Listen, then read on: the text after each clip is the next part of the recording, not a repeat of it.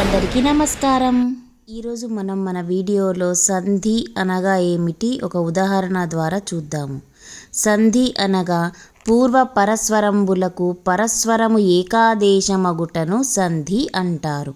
ఈ పూర్వ పరస్వరాలలో పూర్వపదము అంటే ఏంటి, పరపదము అంటే ఏంటి, అలాగే పూర్వస్వరము అంటే ఏంటి, పరస్వరము అంటే ఏంటో ఇప్పుడు చూద్దాం. రాముడితడు అనే పదాన్ని విడదీస్తే రాముడు ప్లస్ ఇతడు అని రాయవచ్చు. ఇక్కడ ప్లస్కి ముందున్న పదాన్ని పూర్వపదమని, ప్లస్ తర్వాత ఉన్న పదాన్ని పరపదము అని అంటారు.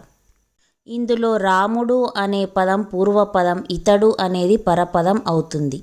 పూర్వస్వరము అనగా మొదటి పదం చివరి అక్షరాన్ని పూర్వస్వరం అంటారు. ఇందాక మనం ఉదాహరణ చూసినట్లయితే రాముడు ప్లస్ ఇతడులో ప్లస్కి ముందున్నటువంటి పూర్వపదం యొక్క చివరి అక్షరం డు, దీన్ని పూర్వస్వరం అంటారు. పరస్వరం అనగా పరపదంలోని మొదటి అక్షరం, ఇతడులో ఈ అనే అక్షరాన్ని పరస్వరం అంటారు. ఇక్కడ సంధి అనేటువంటిది పూర్వస్వరం పరస్వరాల మధ్య జరుగుతుంది.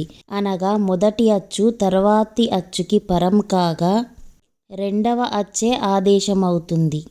దీనిని సంధి అంటారు. అది మనం పైన ఉదాహరణలో చూడవచ్చు. ఇలా రెండు సమర్థవంతమైనటువంటి పదాలు కలిసి ఒక అర్థవంతమైన పదం ఏర్పడడాన్ని సంధి అంటారు.